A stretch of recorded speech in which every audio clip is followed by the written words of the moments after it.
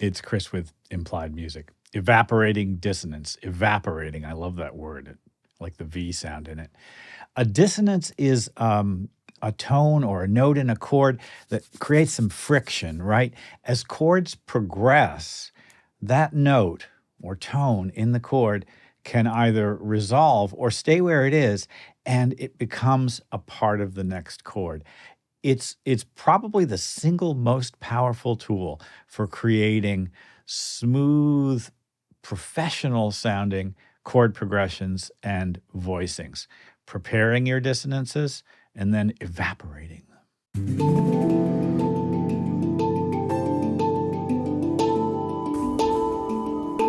I have to say, this is a lesson I kind of try to give every year, because I think if there's one thing you can do to make your pads and supporting string tracks, etc., sound better in your songs, it's to use good voice leading. Voice leading is the process of finding exactly how those notes in the chords, the chord progression, stack up. And probably the next level after that is creating a certain amount of dissonance, managing it well so that there's a kind of a sense of propulsion, of breathing in the progression. Listen to this progression here. This is a simple one: D minor, C, F, B flat, and then it repeats with slightly different voicings. Well, what I was interested in was hanging on to a couple of notes from that chord. And you can see them, I've got them in orange as well. So the D stays against the C chord, and then the A stays against the B flat.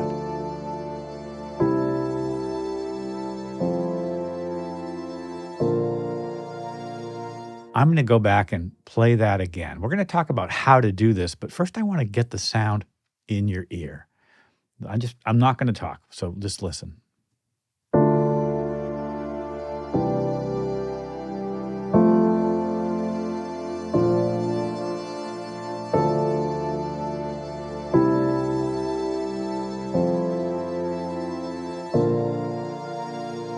There's a certain sweetness to that comes from having the suspension and then the resolving notes dissolve. We can do the same things with more aggressive chords as well.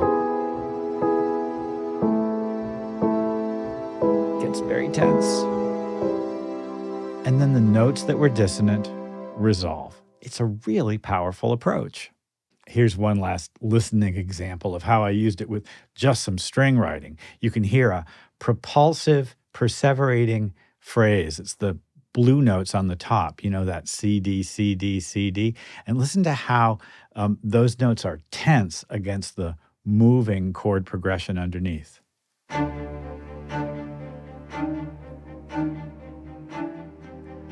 The tension is prepared, and then the dissonance evaporates. And it creates a kind of a little story about how the notes within the chord progression are sort of a member of the group and then not a member of the group and then are brought back in again. Of course, guitarists know all about this. When you're a guitarist, you know all about this because it's just about open strings. There's an open G in this C chord, and it's also in this D chord. That same open G is just ringing in there. Here it is in the F chord. And that G is going to evaporate into the G major chord. So the G in the F, the G is the ninth in the F chord, evaporates.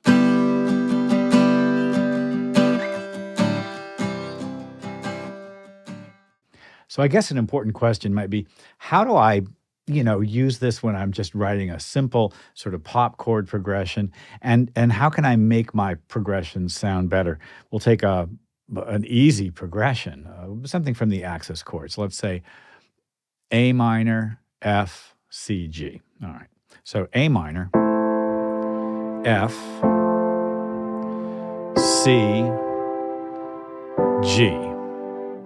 And truthfully, I'm not happy with playing those chords in only root position.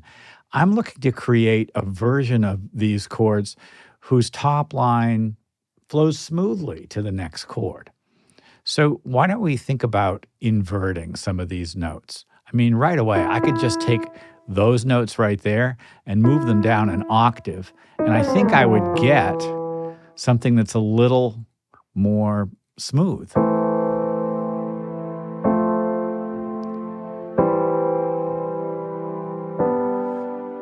Yeah, no doubt about it. And of course, I just did that visually. I just looked at what was happening. Okay, so that's my progression now. The A chord, A minor, is in what we call second inversion. The fifth is on the bottom. And then the F chord is in root position, F, A, C. The next chord is C, and that's in what we call first inversion. The third of the chord is on the bottom.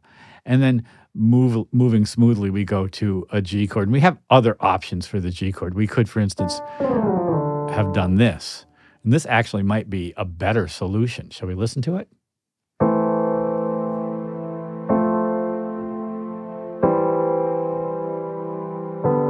And this is probably a very familiar voicing to you as well. Many songs use this chord progression. Many songs use this voicing. How can I make it more my own?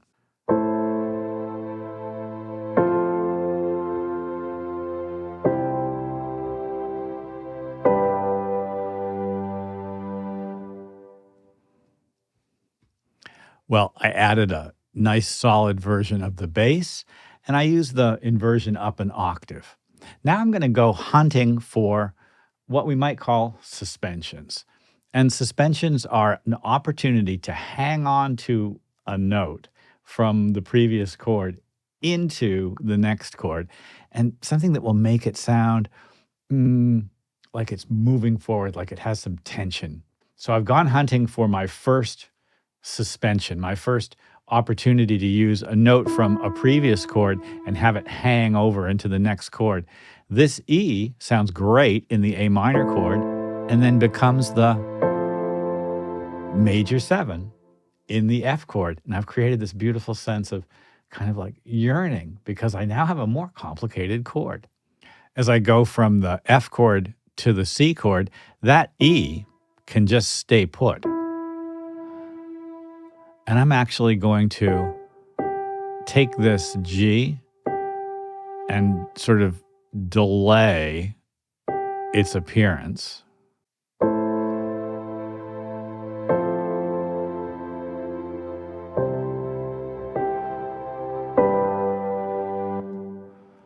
I love the way delaying the appearance of the G and the C chord works. I'm going to use the same trick up here. I'm going to keep that C, hang it over into the G chord, and then allow it to drop down to the B.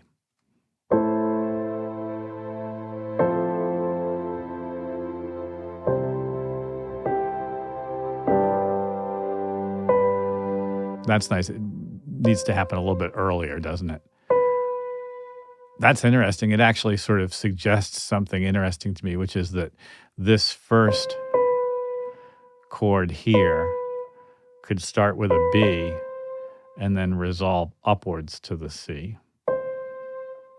And let's just hang on to it. And hang on to it. I'm now creating these gorgeous kind of long tones.